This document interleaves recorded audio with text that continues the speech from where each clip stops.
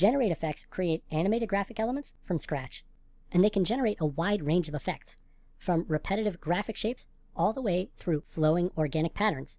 In this tutorial, we will create a series of repeating lines using the checkerboard generate effect. You can follow along with the practice files included with this tutorial or with a project file of your own. First thing, let's create a layer solid. I'll click in the timeline to make the composition active, and then go up to the layer menu and choose New, Solid. In the comp settings, go ahead and click on the Make Comp Size button to make the solid the same size as the comp. Now, since we want to create lines instead of a grid, let's go ahead and change the width of this solid to a setting of 20. We can leave the height alone and then click OK. It doesn't matter what color your layer solid is because that's going to be overridden by the effect. So with the layer solid selected in the timeline, let's go up under the Effect menu and go down to Generate. In here, let's generate a checkerboard. Let's adjust our checkerboard settings starting at the top. I want the anchor point to start off the left edge of the canvas, so I'll change the X here to a value of -1, and then I'll press Tab to move to the Y setting. Here, we can go ahead and have it start right at the top of the composition, so I'll type 0. Now we can move down to the width setting, press the Tab key, and change the width from 16 to 25, and then press Enter to set the size. Now if we look at the layer solid, you can see it doesn't look like a grid at all. Let's reposition this layer in the timeline by clicking on the white solid layer and positioning it between layers 2 and 3. Once you let go, notice now the shape is behind the lion. In order to make this look like lines, I'm going to press S on my keyboard to open the scale for the currently selected layer 2. Go over to the chain and click on it once to unlock the proportions. I'm going to hover over the X parameter and hold down Shift and then click and drag to the right to quickly increase the size of these lines. And you want to make sure the lines go all the way off the edges of the canvas. Now these are really bright white, so I'll select layer 2 and press T to open the opacity, and we'll just click and drag to bring the opacity down to a setting around 21. Now to animate these lines, I'd like them to flow from the top to the bottom, and to do that, we'll keyframe the anchor. Since our current time indicator is already at frame 0, go ahead and just keyframe the anchor setting in the Effect Controls panel. Move the current time indicator to the end of the timeline by pressing the End key on your keyboard. You can also just click and drag in the timeline. Make sure you're on frame 9 seconds and 29 frames. To animate the anchor point, let's move it down on the Y-axis. Enter a value of 200 in the Y parameter. I chose that number because it's divisible by 25. Now that we have multiple keyframes, go ahead and press the spacebar on your keyboard to preview the animation. And sure enough, we have lines moving vertically in the scene. Now pay close attention to the animation as the current time indicator moves down the timeline. I think you'll notice once it gets to the end, there's a very slight hiccup that occurs. So I'm going to press the spacebar to stop playback, because I want you to select layer 2 and press the U key to reveal these two keyframes. Let's press the J key and the K key on your keyboards to navigate back and forth between the two keyframes in the timeline. You'll notice there's no visual difference from one to the other. And that's because these keyframes were perfectly divided by 25, and 25 happens to be the width of our line. So even though the lines are moving down in the composition, since it's an even number and they're repetitive, it just looks like the exact same frame.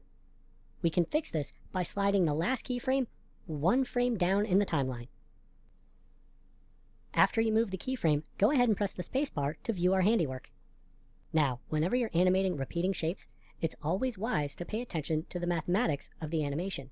In this instance, by animating the anchor with a number that's divisible by the width of the line, made it extraordinarily easy for us to create this nice, smooth background animation.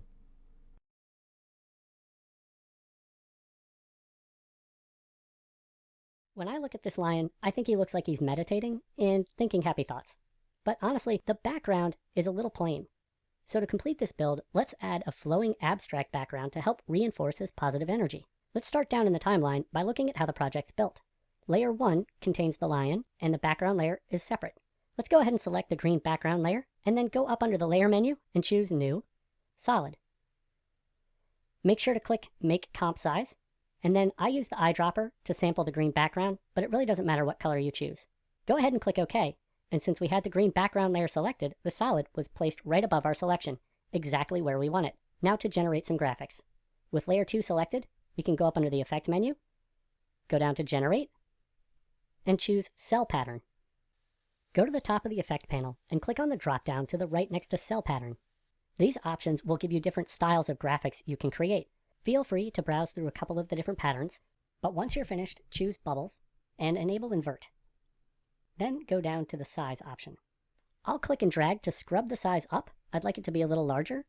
Let's set it to a size right around 250. Now if we go down to the offset setting and scrub on the X parameter, notice we could animate how this element moves side to side or up and down, but honestly I want this to undulate. So I'll just press Ctrl-Z on Windows or Command-Z on the Mac to undo. And for the evolution, I'll just click and drag. And as I'm dragging to the right, notice the background is undulating, which is exactly what I want. Now, this first number here is a full rotation of evolution. So let's make sure both of those are set at 0. And click the stopwatch to set our first keyframe for the evolution. Press End on your keyboard to move the current time indicator to the end of the timeline. And then set the first evolution setting to 2. And press Enter when you're finished. Go ahead and press the spacebar to preview the animation. If you look in the info panel, you'll notice it's not playing back in real time, but that's fine. I'm getting a good idea as to what this looks like.